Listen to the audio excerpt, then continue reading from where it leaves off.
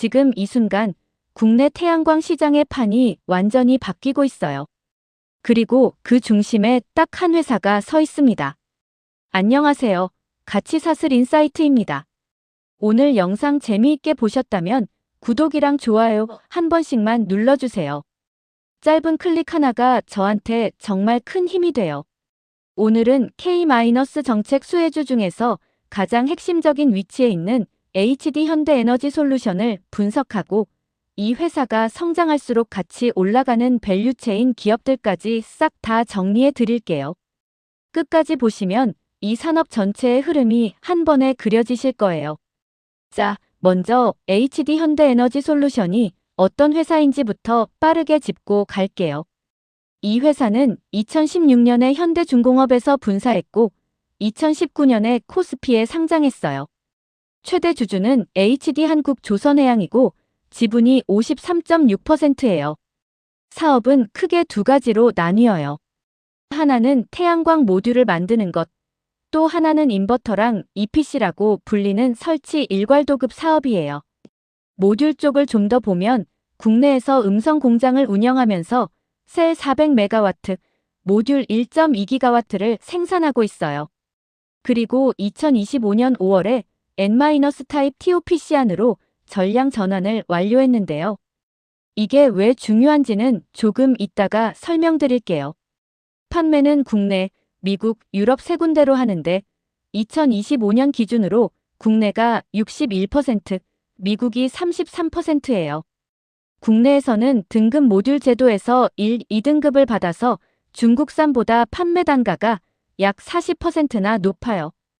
시장 점유율 2위예요. 미국에서는 2025년 3분기에 흑자 전환에 성공했고요. 솔루션 사업은 인버터 국내 시장 점유율이 50에서 60% 수준인데 모듈이랑 인버터랑 EPC를 통째로 묶어서 납품할 수 있다는 게 차별화 포인트예요. 핵심 요약 한 줄로 하면 HD 현대에너지솔루션은 국내 등급제로 고마진을 챙기고 미국 수출로 추가 성장을 얻는 이중 성장 엔진 구조예요. 그럼 K- 정책이 뭐길래 이렇게 주목받는 건지 설명해 드릴게요. 현재 국내 태양광 설치량은 연간 3기가와트 정도예요. 그런데 11차 전기본만 봐도 2030년까지 연 4.5기가와트가 필요해요.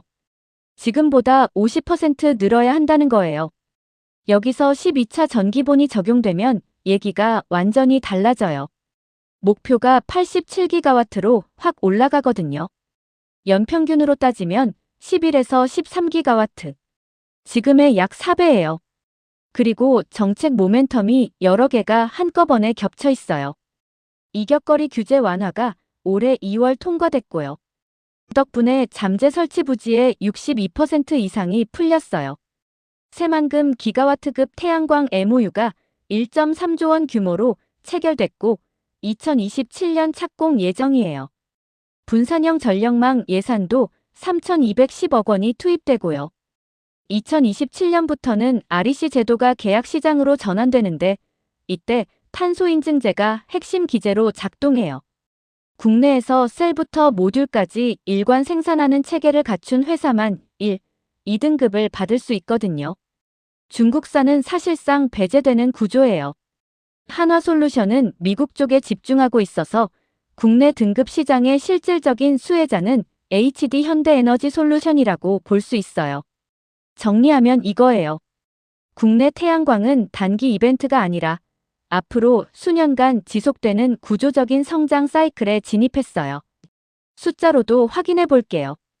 2026년 예상 매출액은 6,085억 원으로 전년 대비 23.5% 성장이 전망돼요. 영업이익은 623억 원으로 51.5% 성장, 영업이익률은 10.2%예요. 특히 미국향 매출이 2026년에는 2,780억 원으로 71.7%나 성장할 것으로 보이는데요. 수익성 흐름을 보면 더 극적이에요. 2024년에 영업이익률이 0.8%까지 내려갔다가 2025년에 8.3%로 확 올라왔고 2026년에는 10%를 넘어서요. N-타입 전환 완료로 판가가 올라가고 비중국 프리미엄도 유지되면서 수익성이 구조적으로 개선되고 있는 거예요. 2027년에는 영업이익률이 13%까지 올라올 것으로 전망돼요. 성장하면서 수익성도 함께 개선되는 이상적인 구조입니다. 자, 이제 오늘 영상의 핵심 파트입니다. HD 현대에너지솔루션이 성장하면 어떤 회사들이 같이 수혜를 받을까요? 공급망을 따라가 보면 이렇게 돼요. 먼저 원재료와 소재 기업들이 모듈 제조사에 납품해요. HD 현대에너지솔루션이 모듈을 만들면 EPC 시공사가 설치를 해요. 그 다음에 인버터와 변압기 같은 전력 인프라가 연결되고 최종적으로 아리백 기업이나 주택, 상업용 건물이 수요처가 되는 구조예요. 설치 물량이 늘수록 원재료 수요가 늘어나고 시공 물량도 늘어나고 전력 인프라 투자도 늘어나요. 밸류체인 전체가 함께 성장하는 거예요. 그러면 각 카테고리별로 구체적으로 어떤 회사들이 수혜를 받는지 하나씩 살펴볼게요. 먼저 원재료랑 소재 쪽이에요. HD 현대에너지솔루션이 더 많은 모듈을 생산할수록 원재료 수요가 함께 늘어나요. 첫 번째로 가장 직접적인 수혜는 웨이퍼랑 셀 소재예요. N-타입 TOPC 안으로 전환하면서 고품질 웨이퍼와 셀 수요가 급증하고 있어요. OCI는 국내 대표 폴리실리콘 공급사예요. N-타입 확산에 직접 수혜를 받을 수 있고요. 웅진에너지는 국내 웨이퍼 제조사로 국산화 수혜를 기대할 수 있어요. 두 번째는 유리랑 백시트, EVA 같은 모듈 봉지 소재예요. 모듈 한 장을 만들 때 유리 2장, EVA 시트, 백시트가 반드시 들어가요. 설치 물량에 딱 비례해서 수요가 늘어나는 구조예요. 코오롱인더가 태양광 백시트 국내 대표 생산사고요. SKC는 EVA 시트랑 고기능성 봉지재를 공급해요. 세 번째는 알루미늄 프레임이랑 구조재예요. 모듈 외부 알루미늄 프레임, 마운팅 구조재 수요도 설치 물량에 비례해서 늘어나요. 알루코가 태양광 알루미늄 프레임 전문 제조사예요. 다음은 EPC와 시공사, 그리고 전력 인프라 쪽이에요. 모듈이 만들어지면 실제로 설치를 해줘야 하잖아요. 12차 전기본에서 연 11에서 13기가와트를 설치하려면 엄청난 시공 물량이 필요해요. 대보건설이 태양광 EPC 전문사로 국내 시장 점유율 상위 기업이에요. 이건엔지니어링은 국내 태양광 설치 전문 시공사고요. CS윈드는 풍력 EPC 전문인데 태양광 복합 EPC 역량도 갖추고 있어요. 두 번째로 인버터랑 ESS예요. 태양광에서 나오는 직류 전기를 교류로 바꾸는 인버터가 반드시 필요해요. HD 현대에너지솔루션 자체가 인버터 국내 시장 점유율이 50에서 60%라서 직접 수혜를 받아요. 세 번째로 전력망이랑 변압기예요. 이게 사실 굉장히 흥미로운 포인트인데요. 태양광이 급증하면 전력망 투자도 필연적으로 늘어나요. 거기다가 AI 데이터 센터 전력 수요까지 겹쳐 있어서 이중 수혜예요. LS 일렉트릭이 변압기랑 GIS 수출이 급증하고 있어요. 효성중공업은 초고압 변압기 전문이고요. 한전 KPS는 발전소 유지 보수랑 태양광 운영 관리 사업이 확대되고 있어요. 세 번째 밸류체인은 미국 수출 확장과 관련된 생태계예요. 2026년 미국향 매출이 2,780억 원으로 71.7% 성장이 전망되거든요. 이게 왜 가능하냐면요. 첫째로 난-FEOC 인증을 받았어요. 음성 공장이 이 인증을 획득해서 미국 주택용 TPO 시장까지 들어갈 수 있어요. 중국 기업이 배제되는 구조에서 핵심 수혜자가 되는 거예요. 둘째로 N-타입 판가 프리미엄이에요. P타입 대비 판가가 10% 높아요. 비중국 모듈 희소성 프리미엄이 이 가격 차이를 견고하게 지지해주고 있어요. 셋째로 OBBBA 상업용 ITC 기한이 2026년 7월 4일이에요. 그 전에 수주가 집중되면서 상반기 북미향 물량이 대폭 확대될 전망이에요. 미국 수출이 늘어나면 소재 대체 조달처 발굴 수요도 늘어나고 현지 물류랑 유통 파트너도 함께 성장해요. 미국 전력 인프라 기업들도 태양광 설치 확대에 연동해서 수혜를 받고요. 자, 여기서 오늘 소개드린 수혜 연관주들을 한 번에 정리해 드릴게요. 웨이퍼랑 셀 소재 쪽에서는 OCI와 웅진에너지가 N-타입 전환 수혜를 직접 받아요. 관련도 별 3개예요. 봉지재랑 백시트 쪽에서는 코오롱인더와 SKC가 모듈 생산량에 비례해서 수혜를 받아요. 역시 별 3개고요. EPC랑 시공 쪽에서는 대보건설과 CS윈드가 12차 전기본 설치 수요 폭증의 직접 수혜자예요. 별 3개입니다. 인버터랑 ESS는 HD 현대에너지솔루션 자체가 수혜예요. 인버터 시장 점유율 50에서 60%니까요. 별 3개고요. 전력 설비 쪽에서는 LS 일렉트릭과 효성중공업이 태양광 플러스 데이터 센터 이중 수혜를 받아요. 별 2개예요.